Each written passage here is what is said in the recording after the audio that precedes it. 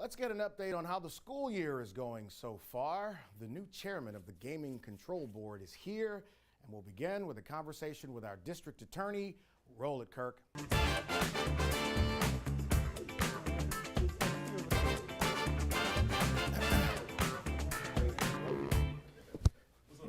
All right, would you do me a favor and quit talking to people so we can start the segment? The district attorney is here, and he can't behave himself. That's why I don't invite you anywhere, man. That's why I get invited. That's why you get invited. The superintendent is in the next segment. We'll be talking to him, and then the new chairman of the Gaming and Control Board will be here in our final segment. We start with you, man. Two segments. I want to begin by getting the latest on the alleged brave cave in these the Baton Rouge police officers who pled about a week ago. What's the latest on that? So first of all, there's completely no association with the officers that we have indicted and charged in the brave cave. Yeah, we talked about that before we started. So you wanted to make that clarification. Yeah. So tell me what the distinction is. The brave cave allegations are about some officers in the so-called brave cave. The incident that we're talking about where the officers were indicted was a completely different location. It was an isolated incident with those officers that had nothing to do with the brave cave allegations. So when were you even, it's distinct, but when were you made aware of either? Well, brave cave was made aware of in the news. That's the first I heard about that. And then the officers' cases were not made aware to me until 4 years later when everyone found out. It was many, many years after the fact that it came to the attention of the police who investigated the case then. So the plea was last week. So where do we go from here now that they've all pled not guilty? So all the officers are, just like anyone else, are presumed innocent, not guilty. And they had their arraignment. They all pled not guilty. They're all represented by counsel. And next thing will be a status conference. There's a lot of discovery, a lot of data involved in the case that all has been turned over. And they'll go through that data and then ask us, I'm sure, more clarification. How long will this process go? You know, none of these things typically happen quickly. I anticipate it'll be slow. Slow, and what defines slow? Year to 2 years. So what does that mean to their status with the police department? I know that they recently met with Chief Morse. Really, the two do not coincide with anything whatsoever. Whatever discipline the chief takes is out of my control and does not affect my case whatsoever. But he has to take whatever disciplinary action he believes is appropriate. Right now, they're not working, to my knowledge. How big is the group that you have working on a case like this or something similar? Small. We don't have the resources to devote a large amount of time. We did receive some money from the city council and through the mayor's office for an outside counsel. I didn't want the ADAs that worked with these officers for years to be the one to actually handle the case. So it'll be myself, my first assistant, and the outside counsel. Are federal agencies involved in this at all? Or can you speak to them? Yeah, I don't want to speak to them, but yes, they have been involved. All right. And so for the general public who are watching this thing, you know, there's a lot of effort to do some bridge building between law enforcement, and obviously these men deserve their day in court and they'll get it. But what do you say to the general public who see these two distinctive incidents, one that was broken by Scotty here and the other one that is separate? What do you say to the public? You know, overwhelmingly, the people that work in our business, like any other business, are very good, hardworking people. There are isolated instances from time to time where wrongdoings alleged.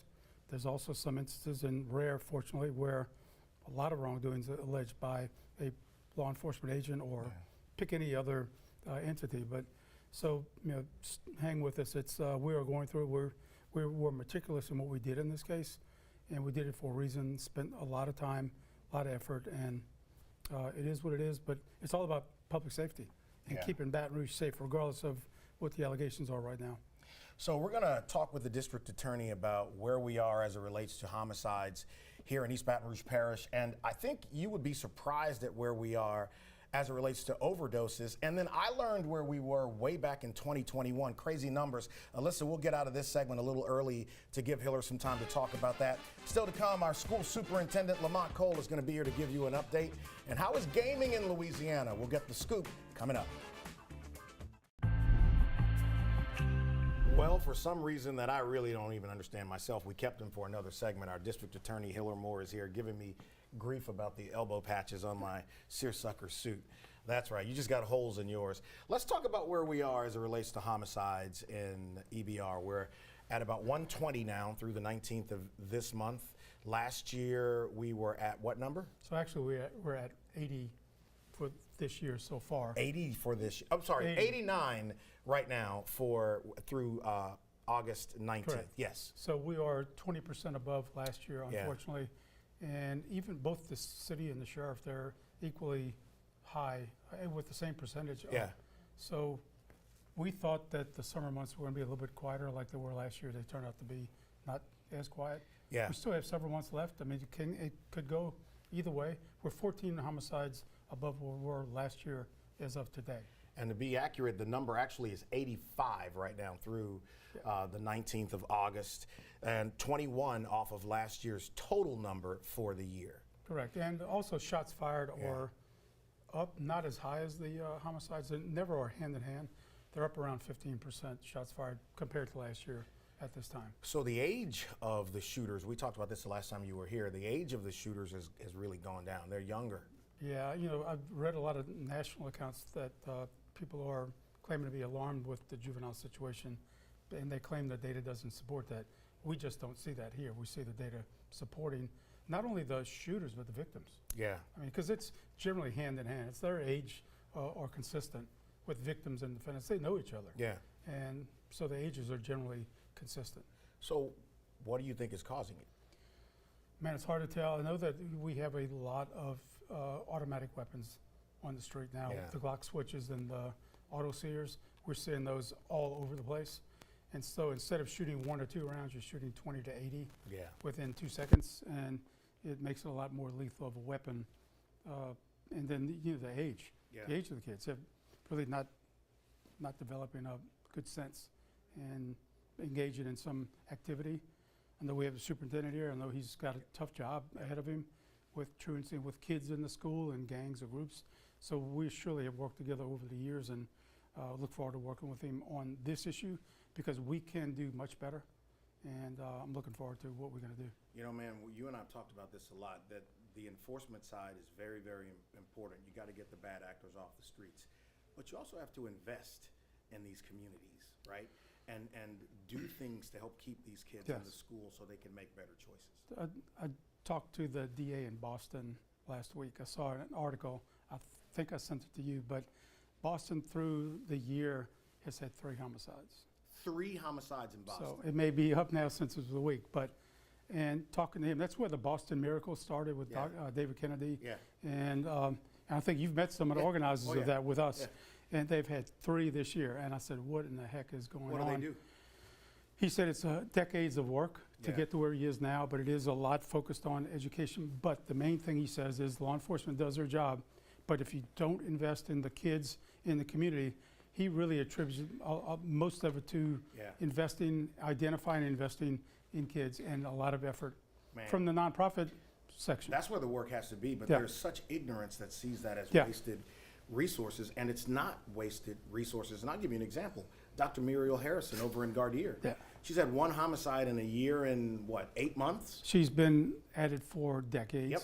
And she's got the right personality, but she has the effort. She never gives up on her effort. Nope. And so, hats off to her. And similar folks like that are trying to get it done, but it takes an effort. You can't go in and solve it within a year. It's long term. And I shout out people like Liz Robinson, Sateria Tate, Jessica Matthews, all the people who are in the trenches. Quickly here, we got about a minute and a half. Overdoses, we are actually down for the first time. Well, we dropped from 311 in 2021. We dropped last year, where were we? Well, we were lower. And this year, we're at what, 120? So, yeah, we're 30% below last year for fatal overdoses. Yeah. Non-fatal overdoses were 17% below, which is extremely good news. And so sad to have parents that have lost their kids in the past. Those that are continuing to lose them. And as you know, Baton Rouge Police just made a really big drug bust. And it's we're talking about millions of lethal doses that they found. And so this is a big problem. And it's an international problem. It starts at our borders, where it's coming from, and then winds up on the street. And it's uniquely American. It's Americans that are dying compared to anyone else. Why is that? It's because we are receiving the drugs and wanting the drugs, and using them compared to other places. So they go where the demand is. So what's your goal for your office through the end of the year? And try as many cases as we can to get the backlog out of the way, but it's going to take us some time. We're understaffed, woefully understaffed by probably 14 ADAs compared to other jurisdictions. Work in the legislative session next year to try to fix things. District Attorney Hiller Moore representing the 19th JDC. We'll see you again before the year is over. Up next, let's find out what's happening with our school system. The very popular school superintendent will join me next.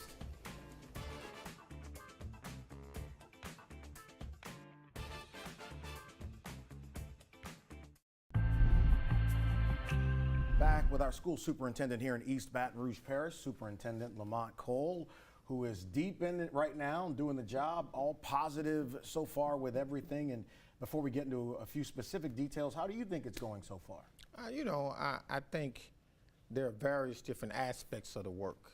And so if I had to give the work an overall grade, I would say we are operating as a whole at about a C. Okay. Simply because we still have some students in our schools who are struggling, all right? And so anytime we have students who are struggling, we have to think about the totality of the work. Yeah. Now, if I were to give us a grade based on our effort at this point, it would be an A+.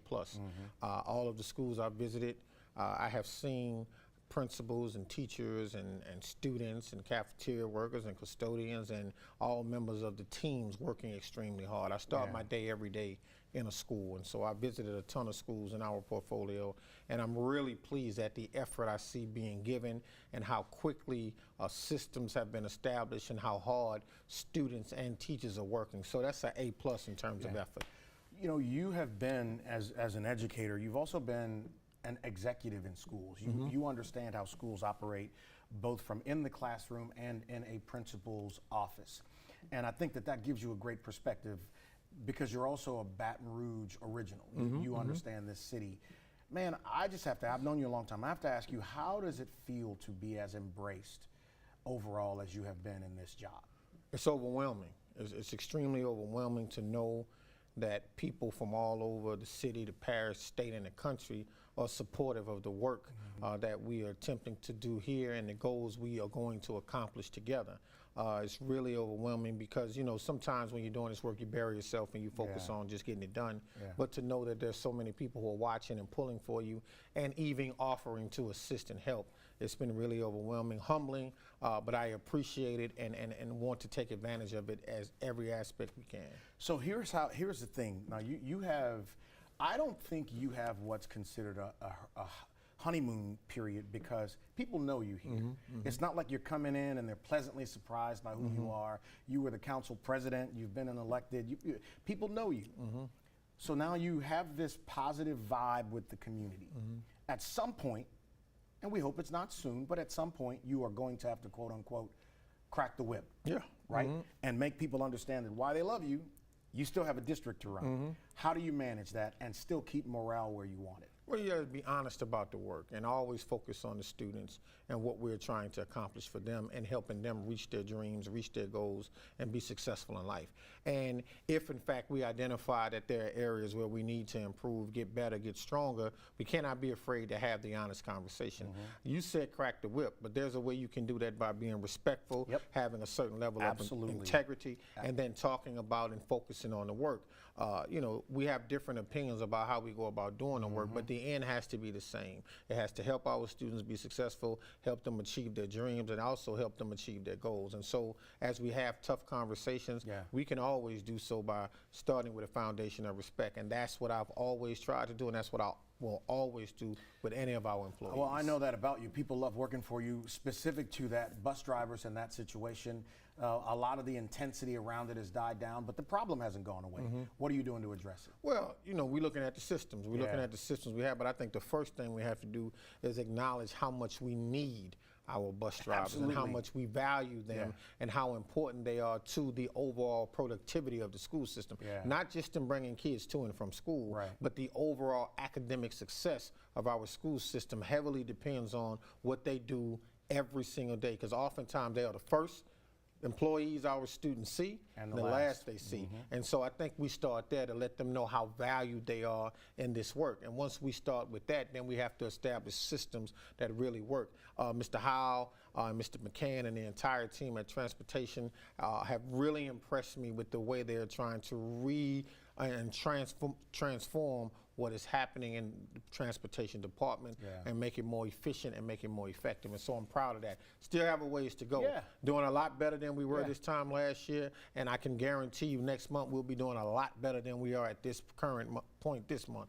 And so as long as we continue to grow and get better every day, I have to be proud of the effort, all right, because it's the consistent effort that's going to lead to the cultural shift that will lead to the change that we want to see in our school system and in our community. Well, you know, next month, and Perry and I were talking about this, we'll have you on the C-Suite podcast where we can have a longer discussion about this without the limits of TV segments. What's this book you brought with you? This is a book I got from the principal, Bernard Williams, over at Glen Oaks Park Elementary.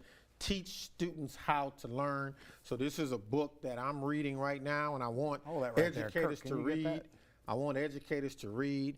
Bernard Williams, the principal at Glen Oaks Park, doing some phenomenal work with the students over there. Phenomenal work with the students. Pointed right over there at that red light. There you go. Teach students how to read. Teach students how to learn. As you know, on the Metro Council, I would end by telling families, read to your children every night. Well, this is what I'm reading right now. This is the book we're going to study on the leadership team. But we have to teach students how to learn. And so I'm excited, looking forward to it. I'm ready to rock and roll. Appreciate you, brother. Thank you for having me. See you next month. Yeah, I'll be here. All right, and we mentioned the C-Suite podcast. The superintendent's going to be on next month. This week, the show is going to be with Matt Moscona from ESPN Radio here in town. Back in just a moment. He is the recently appointed chairman of the Gaming Control Board, the first African American to ever hold that post, Christopher Aber, formerly with the AG's office. That's right. And for people who are wondering, what does the Gaming Control Board do? First of all, congratulations to you, brother. Thank you, Clay. I appreciate it. What does the board do? What is it? Well, first, Clay, thank you for having me. Let's start first with the premise that it's the policy of the state of Louisiana to have a controlled gaming industry for the purpose of economic development in our state. And so to that end, our 9-member board strictly regulates those forms of gaming that fall under our jurisdiction. And those are, let's start off with the land-based casino that is currently Harrah's, soon to rebrand as Caesars, which is really exciting. We also have our 15 riverboat casinos that are scattered throughout the state. We have 3 in the Lake Charles area, 6 in the Shreveport area, 3 here in the capital city, and 3 in the New Orleans area. And so in addition to that, you know, what is not often talked about, we do have a very robust video poker industry as well in Louisiana. Those you can find in mom and pop businesses, small bars and restaurants who are allowed to have 3 machines. But more so, and the big cash cow in that industry are the truck stops, which are allowed to have 50 machines. And so in addition to that, at our 4 racetracks in the state, the Gaming Control Board regulates the slot machines that are there, as well as the video poker machines that are at their off-track betting facilities. And then we have the 2 newcomers to the gaming industry, those being Daily Fantasy Sports, and then what really generated a lot of excitement in our state, speaking of mobile and retail sports wagering. Let's talk about the sports betting that's going on now. This has really blown up in the last decade or so, and even with the sports leagues embracing this in the ways that they have, does it make your job more difficult that there's so many more hands on this option? Well, it certainly gives the board, as well as state police, who's the enforcement arm, and the Attorney General's office, who serves as our statutory counsel, a lot to think about as we navigate this new form of gaming. Sports wagering has really taken off in this state, and in Louisiana it was passed as our legislature was looking for new forms of revenue during COVID, to be quite honest. And so in October of 2021, we went live with the retail piece of sports wagering, and then that followed with the mobile piece in February of 2022. And those have been really great revenue makers for our state. Since the inception of retail sports wagering, the state has realized taxes in the amount of $9 million or over $9 million. And the mobile piece, Yeah. Clay, has generated more than $100 million in revenue, in tax revenue for the state. Man, so year over year, is it up, down, static? What's the story? It seems to be growing year over year. One thing that I will tell you, and people don't realize this, and I'd like to caution our citizens about this, is that there is still a very robust illegal sports wagering segment out there. As a matter of fact, on August 6th of this year, I sent a letter to, there's a company out of Curacao that many have heard of called Bovada. And Bovada is so popular, many people think that it's a legal sports wagering platform. It is not. And so following some of my colleagues in states such as Michigan and Connecticut, I sent that letter, a cease and desist letter to them in hopes that they will do what they have done in Michigan and in Connecticut, DC, and some other places, and ban patrons in those particular states from participating in sports wagering. It's really a consumer protection piece for our Louisiana citizens, because they don't have some of the protections that we have built into the legal sports wagering. For instance, if there is a patron dispute, let's say you bet $1,000 and win $5,000. Well, in Louisiana, if the casino does not pay up, they're going to have to deal with the regulator. There's none of that in the illegal sports wagering market. Man, we're going to have Chris come back later, actually next month, because we're going to talk about, as it relates to college sports, as it relates to pro sports, where is gaming in the state of Louisiana. But again, man, I'm so proud of you for getting this post. And actually, this is a bit of a history, too, because Chris and I are related. It's the first time I think I've ever interviewed a relative on the show. It's a short list. So next week, we're going to talk about the presidential election and the mayor's race, and also Paul Rice, the father of Allie Rice, will join us on the show and the C-Suite. You guys have a fantastic weekend. Catch you next time.